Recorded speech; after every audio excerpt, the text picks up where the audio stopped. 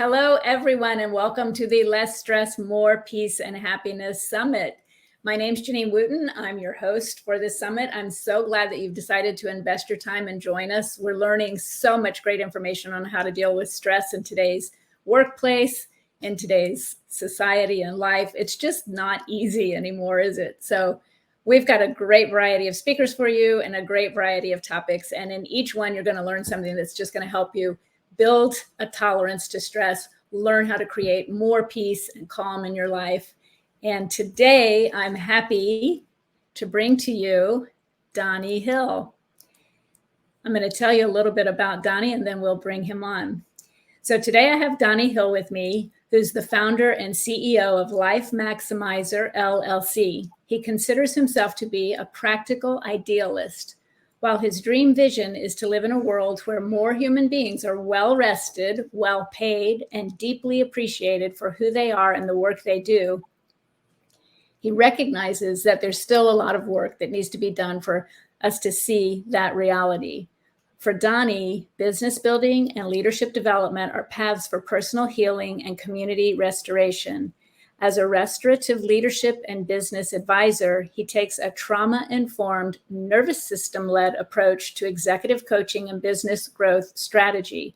Using his 15 plus years in personal development, health and healing, coaching, and sales and marketing education, Donnie now supports leaders and entrepreneurs build their businesses and thought leadership presence in a strategic and sustainable way so that they maximize their impact and legacy without sacrificing their well-being. And he has a plan for reducing stress in the workplace that he's going to share with us today. So please welcome with me, Donnie Hill. Hi, Donnie. How are you? I'm doing really well, Janine. How are you? I'm doing great, thank you. And we're so excited to have your topic today and to learn from you, because who doesn't have stress in the workplace, right? I know it is a very, very crazy time. It's been a crazy time for the It past 3 years. is. It is. I'm going to bring you up to the forefront and put your title up, give you the stage here, and we will take it from here. I love to start with a little bit about your background. If you don't mind, if you could share with us what brought you to the place that you are and the work that you're doing. Yeah, my career journey is really interesting because ever since I was a little kid, I wanted to be a doctor and went through different different specialties. But then I got into college, and midway through my pre-med, I realized, yeah, medicine's probably not my path, but that's always Mm-hmm. been in the background. So I ended up studying psychology for a little bit, realized I didn't want to be a therapist, and ended up graduating with a degree in theater. Oh, So interesting. I worked as a professional actor in the Bay Area. And at the time, I was also working as a certified personal trainer. Oh, well. And being in the Bay Area, that still wasn't enough to make ends meet. And so I started working Okay. for a presentation skills company. And while I was with them, I was their training manager and their marketing manager. And that's really when I got into the coaching and development space.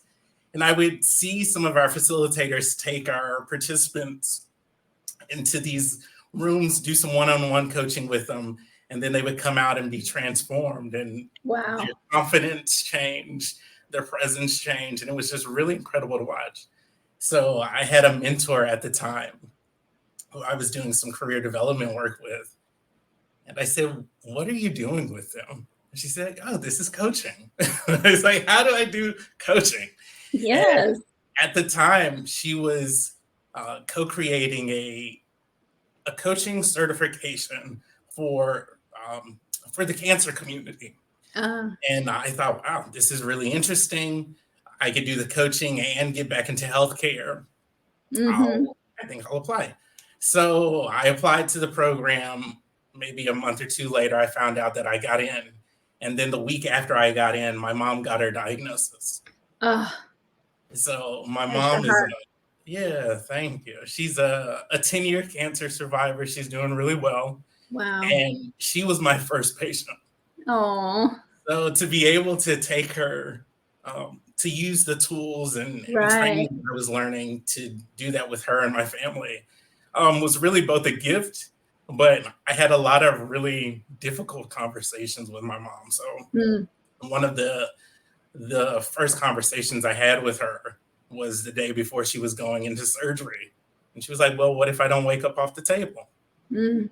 And I was like, all right, well, I guess we're going to have a conversation about death. And at that Wow. time, I think I was 25 or Wow. 26. Bless your heart. So it was interesting because it felt really special to have this kind Mhm. of conversation with my mom and to be connected with her in this way. And it also gave me a reality check of, yeah, Mm.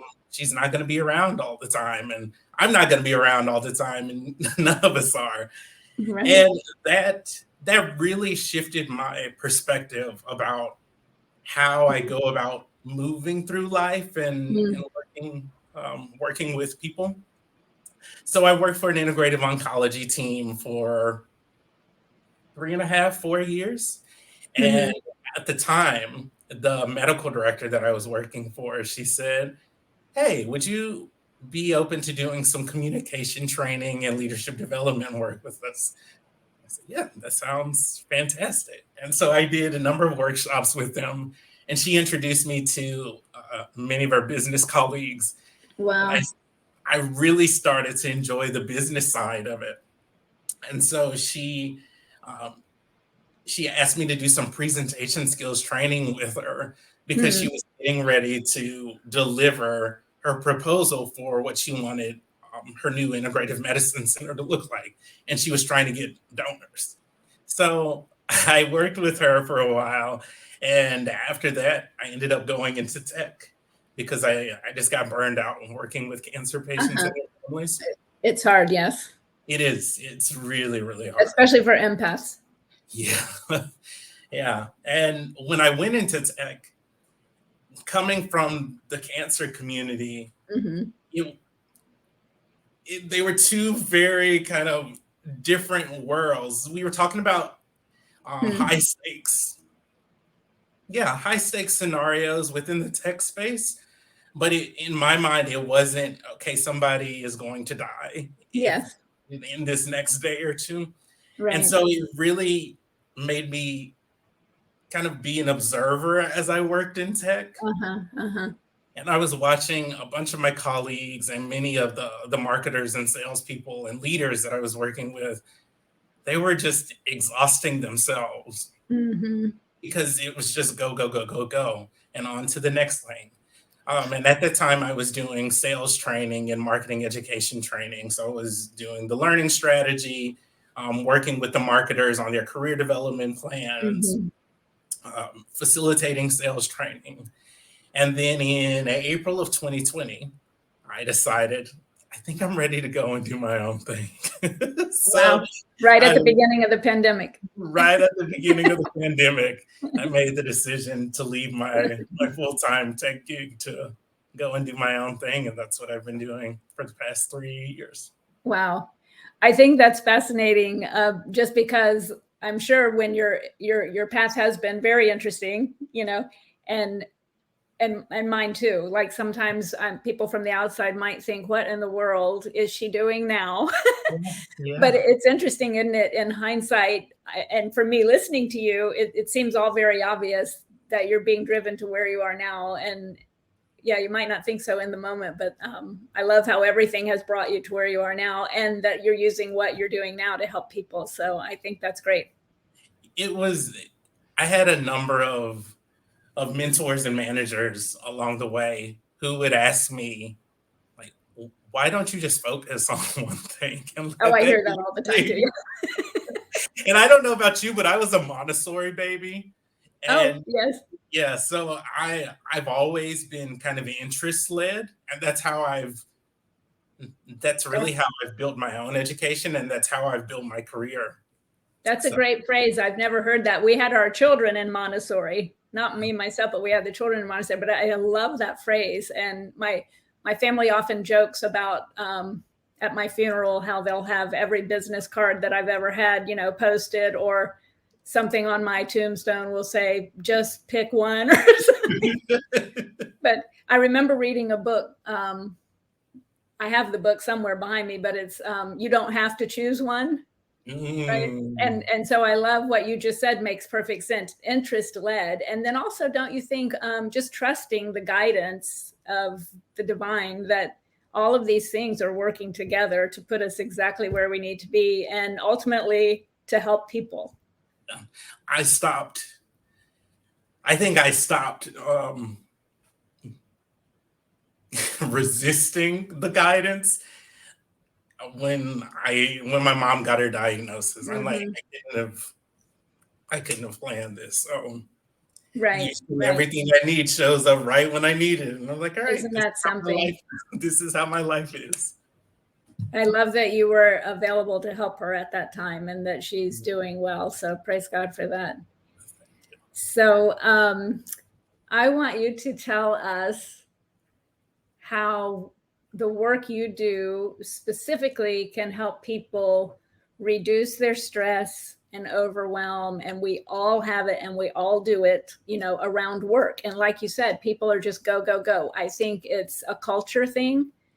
A big part of it is we're programmed to think that we have to be go, go, go. We have to be driven to prove our worth, maybe to prove our value. I don't know. But it's a hard cycle to break. So I would love for you to speak to that if you can. Yeah, absolutely. So I think two foundational pieces are really at the heart of the stress management work that I do, right? It's the emotional processing piece that I did when I was going through the cancer coach training. And then it's also the nervous system regulation work. So I got introduced to one of my mentors, Irene Lyon, back in 2013. And I was at a business conference and she was talking about nervous system regulation. I was like, I don't really understand what this means, but it sounds cool. It was that little nudge where you're like, all right, I'll come back to this at some need to pay attention, right? at some moment in time. So then fast forward to 2020, after the lockdown and then after the murder of George Floyd, that's when I was like, this isn't going to be sustainable for me. Like, I can't get out of the house and I just have this barrage of horrible news that's coming consistently. It was such a hard time for everybody. Yeah. So at that time, I really began digging into what is nervous system regulation and what does it mean. She talks a lot about dysregulation, and it's something that I use a lot with my clients, and especially inside of workplaces. There's so much dysregulation. So people are like, what does that mean? I think about it as just being stored survival stress. You can call it chaos, you can call it overwhelm, you can call it panic, you can call it anxiety. It's just stored survival stress that's been trapped in the body. Wow. And so a lot of times we spend time trying to mentally process it. But we don't think about the impact that it has on this physical thing that we're lugging around. Right. So the stress, it gets in our joints, it gets in our muscles, it gets in our fascia, it gets in our organs. And if you aren't actively working with it, or if you haven't worked with it for a lifetime, you're still just kind of carrying it around until eventually you come to this place of burnout. So I tell a lot of people now, yeah, people are just walking around living an adrenalized life. Exactly. And I think now, because people are starting to become more educated about their nervous system, like, they really need to know the nuances of it. So when I work with them, a big part of what I do is helping them understand just the foundational pieces. What does dysregulation even mean or look like? So you hear talk about the fight response, the flight response, freeze, spawn, all of those things. So here's what this could look like in the workplace. The fight response, you have an interaction with a colleague and they say something that upsets you, or your boss brings in a presentation for you to do at the last minute and you're already stressed and you just kind of like real, right? Your body goes into defense mode. Or flight. Maybe you get into an argument with another colleague, or you have to get ready to give a presentation, and all you can think about is just getting off screen or getting from out behind the podium. And so you zoom through the presentation because the flight energy has been activated. I see. And so you need to, that's how that gets triggered. Right. You might hear people say, oh, I'm like a deer in the headlights. Right? That's the freeze response. And then the fun or the people pleasing response is, oh, no, I'm fine. I can take care of it. Oh my gosh. I've never even heard that one. And so when you have the ability to really pay attention to these and to be able to pick it up and to name it, it helps you deactivate.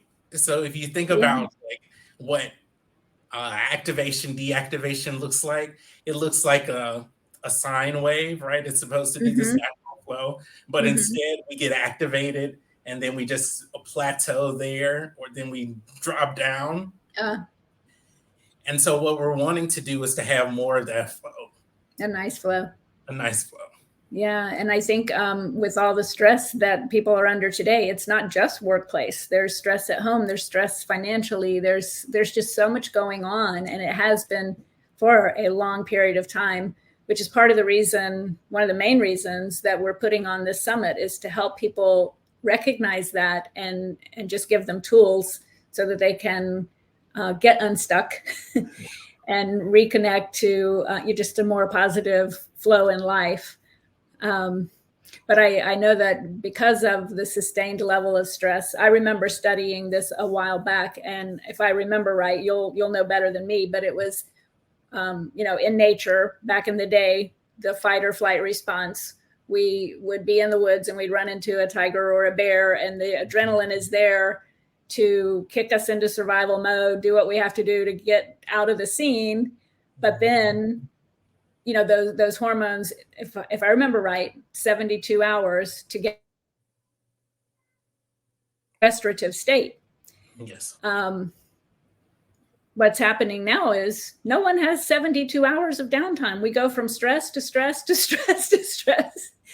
So I think that's a big part of it. And so the hormones and the adrenaline and the cortisol, that just all stays elevated unless we're aware of it and taking these steps. So when you're working with someone, you said you help them like recognize it and name it. And then what do they do? Yeah, after they recognize it and name it, I tend to work a lot with the overanalyzers. Interesting. They're constantly thinking about everything, right? So that means you're swirling around in their head, and I need to bring them back down into their body. But sometimes they don't necessarily feel comfortable or safe in their body for whatever reason. And so I have to do it bit by bit. We call it titration. You just do a little bit here and then a little bit there. And so I will have them slowly do a body scan. So maybe we start at the bottom of their feet and go all the way up to their head. And it would sound something like, all right, I just want you to sit with your feet flat on the floor. Just begin wiggling your toes a little bit. And then as you notice your toes wiggling, do you feel bored? Do you feel anxious? Wow. Do you feel sad? Do you feel agitated? Interesting. Right? And so I will walk them through a body scan process so that they can then use that for themselves. And I tell people this all the time. You can go into the bathroom when you're at the office and do it for like 2 to 5 minutes.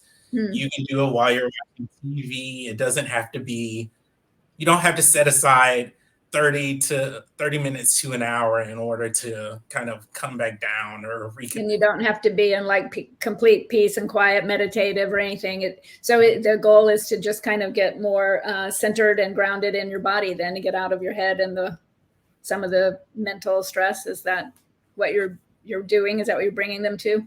It is, because most of the time mentally we're in the future or we're in the past, but our body's in the present. Right. That's a great line. I love that. So, so that's like a really nice, easy, specific technique that someone can actually do while they're at work. You said, like, sneak away to the restroom or take a little break, find a quiet place, maybe. I love that. That's what, that's what I love, that we're giving people these tools. They're free, they're easy, they can use them, and they're going to see a difference. They're going to see a result. So thank you for that one tip. What would you say if someone is dealing with a really difficult personality at work? And do you have some people that come to you with that kind of situation? As you're talking, I have all these scenes from The Office, the TV show The Office, going. I do. Yeah, the difficult people are interesting, right? Because if I'm doing communication work with clients, then some of that is about recognizing where is the client not speaking up or advocating for themselves or setting a boundary. And sometimes it's about recognizing, no, this person's a jerk. So we just need to acknowledge that they're a jerk. And any kind of boundary setting or maneuvering or trying to negotiate with them is not going to actually work out in your favor. So then you might have to bring in a third party to kind of mediate that interaction. I see. But if somebody is just triggered by a person, what I tell them is, if you can't say something in the moment to share that whatever they said wasn't okay, or right, that there's disagreement, then do whatever you need to do in the meeting and then go into the bathroom.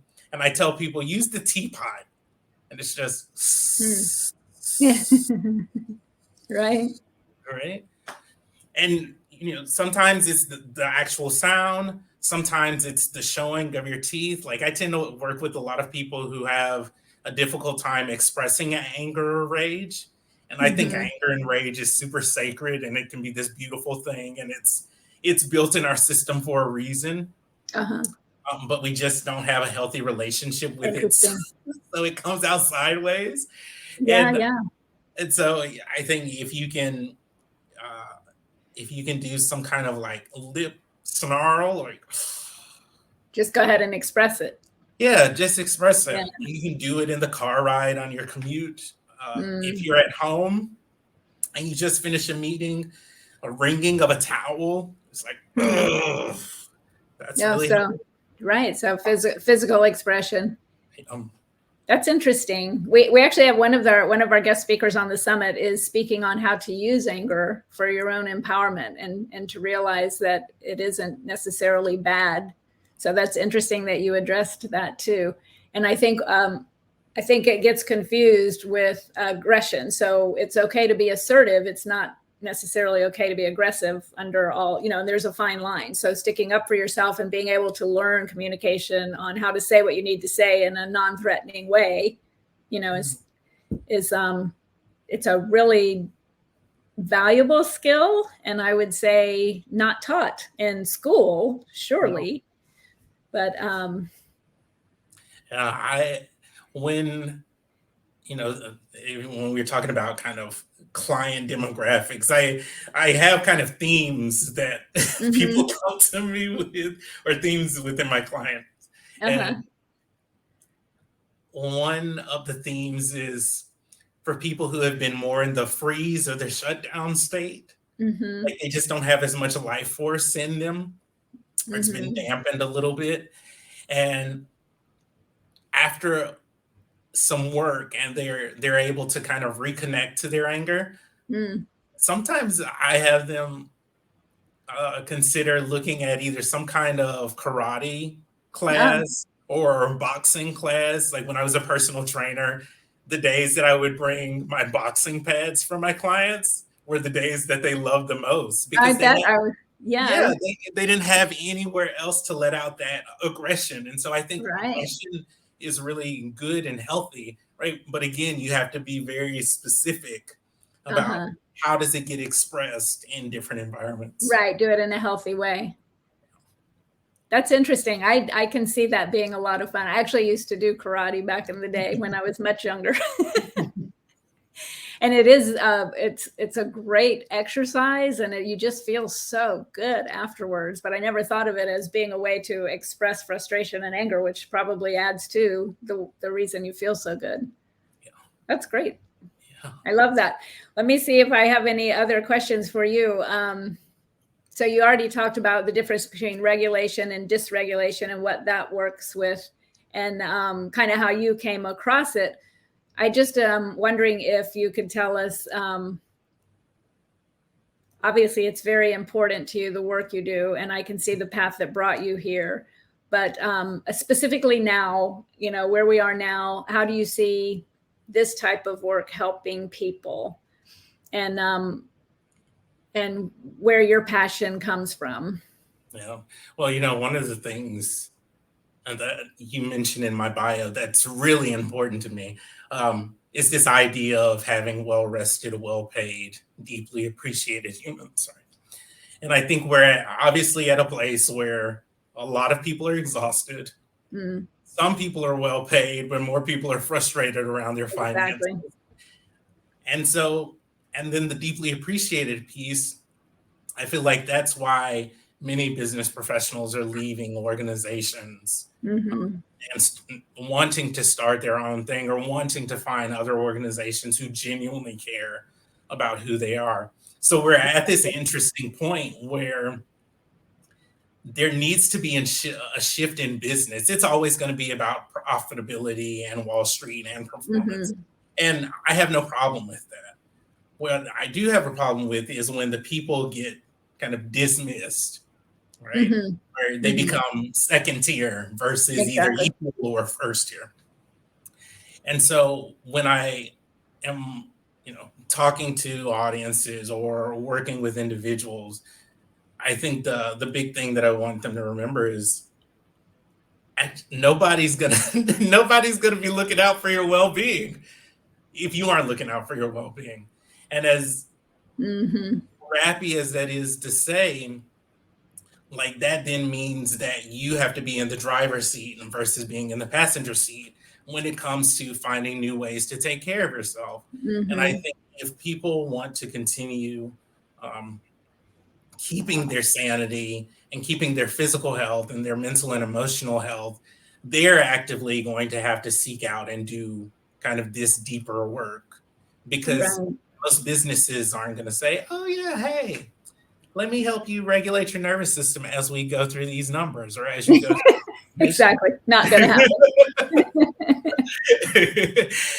And the thing you mentioned earlier about we're not getting taught this in schools, I think this is such an important piece that needs to be a part of the education. And because it's not a part of our traditional education, that means it needs to be a part of our own kind of self-led education. Right. I'm having a vision while you're talking of how wonderful it would be to start a network of people who do what you do, and maybe you end up training all these people to do what you do, but just to go into businesses, whether corporate, huge, or just mom and pop, just around the town businesses, just to go in and do a day of awareness. Can you imagine the difference that would make if people just knew how to have a dialogue and were aware? I think that would be beautiful. So this is where my practical idealists like go into war with one another. Yeah. Because I think about that vision all the time. Right. The practical piece of me is like, okay, how does it need to happen? And what does the format look like? And what are the different steps? And it is definitely something that I can see happening, and it'll take time, and people have to want to do it for themselves. I think that was one of the biggest lessons that I learned in being a caregiver for my mom. I remember having a conversation with her. She must have been midway through her chemo treatment. And at that time, I had access to acupuncturists, an oncology dietitian, an oncologist, and a whole slew of other oncology specialists. And so I was constantly having conversations with my mom, like, hey, how's the eating going? Do you need help? Blah, blah, blah, blah, blah. And one week, it was the same conversation over and over and over again. And I remember I was sitting in the car and getting ready to go to work. And I called her, and I was just frustrated. And so she said, hey, what's going on?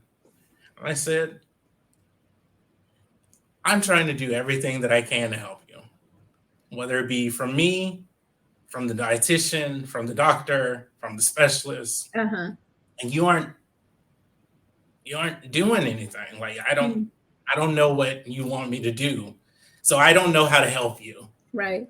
I need you to tell me how do I help you? Because I'm just frustrating myself. And then I don't want to be frustrated when I'm in conversations with you. And she was quiet for a little bit. And she said, I don't know. I don't actually know if I want to be helped right now. Wow. And you could just feel the tension just let go. Yeah, exactly. And it was such an eye-opening experience for me, because it's like, oh, I don't have to work so hard. Right. I could literally just ask you, what do you need from me right now? Do you need anything? Right. Oh, that's beautiful. What a beautiful, I mean, the fact that you were able to verbalize that in such a empowering way for her and just give her that choice. Yeah.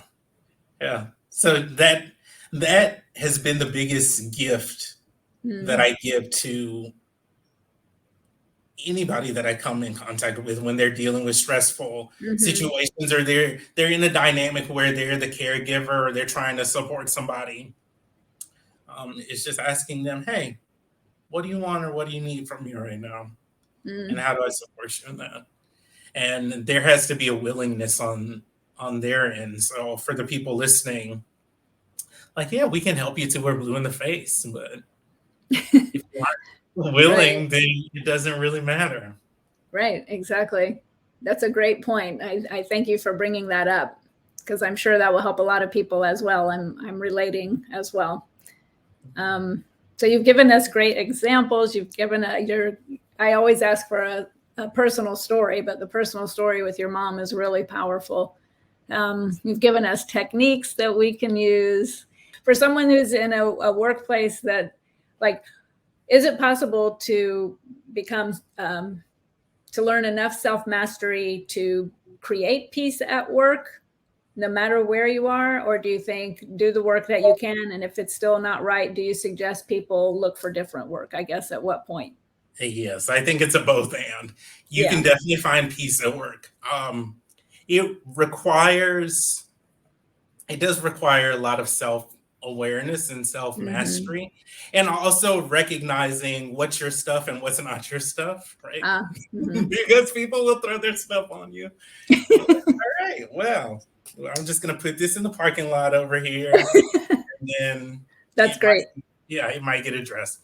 But I think one of the shifts that I had to make around peace for myself is peace isn't this thing that I need to chase, right? It's really, am I accepting of this moment right now? And if I can accept this moment right now, the frustration or the agitation or the sadness or disappointment, then the peace is there because I'm not fighting with myself. Right?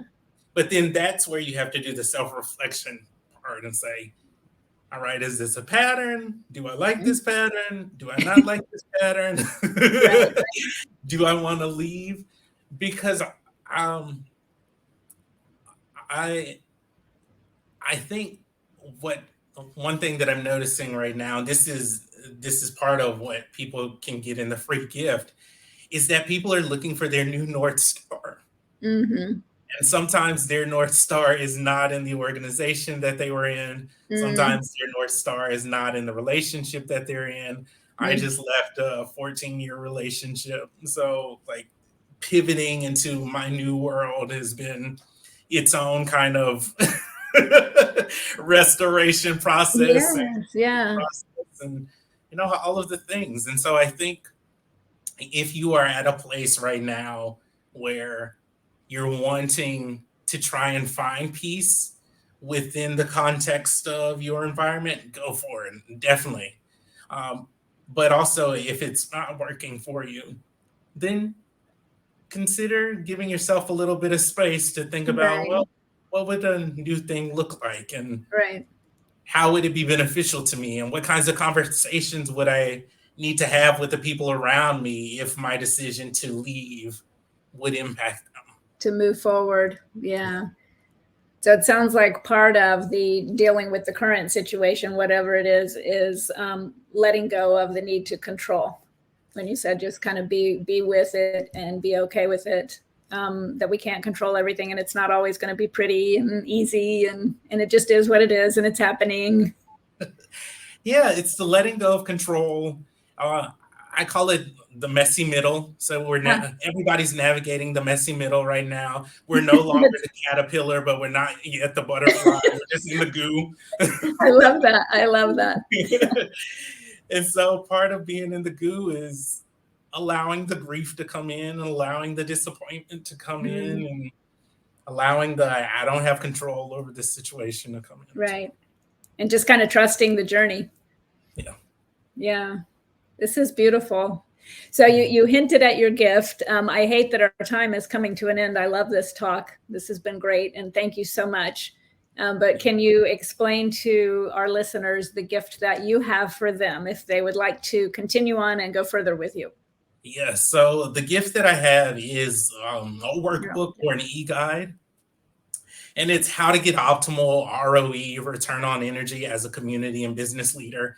And if you're just a business professional and want to guide yourself, this is a great tool for you as well. And earlier in the talk, I mentioned people trying to find their North Star. So what you'll see in the workbook is my signature star system. And it stands for sorting the pieces, identifying the targets, assessing your resources, and then creating your roadmap. And so if you think about where you are today, the STAR system is really about helping you sift and sort through all those pieces to help you move towards whatever the new path is. I love that. Yeah. I love that. So yeah, that was a perfect segue from our last little segment of the talk right into the gift, which is exactly what you were talking about and will help people assess where they are and move forward. But this has absolutely been wonderful. I'm going to bring you side by side so I can say thank you so much. I really appreciate your time and your knowledge and your willingness to share with us. This has been great. You are so welcome. And thanks for having me again as a guest. Well, oh, and by the way, we will have the link to access Donnie's gift below the video. And just so people know, that's where they'll be able to find it. So thank you. Okay. Just a note. So when you go to the link, scroll all the way down to the bottom of the page, and then you can download the guide there. Oh, okay, great. All right. Thank you so much, Donnie. Have a great day. You too. Bye-bye. Bye, Janine.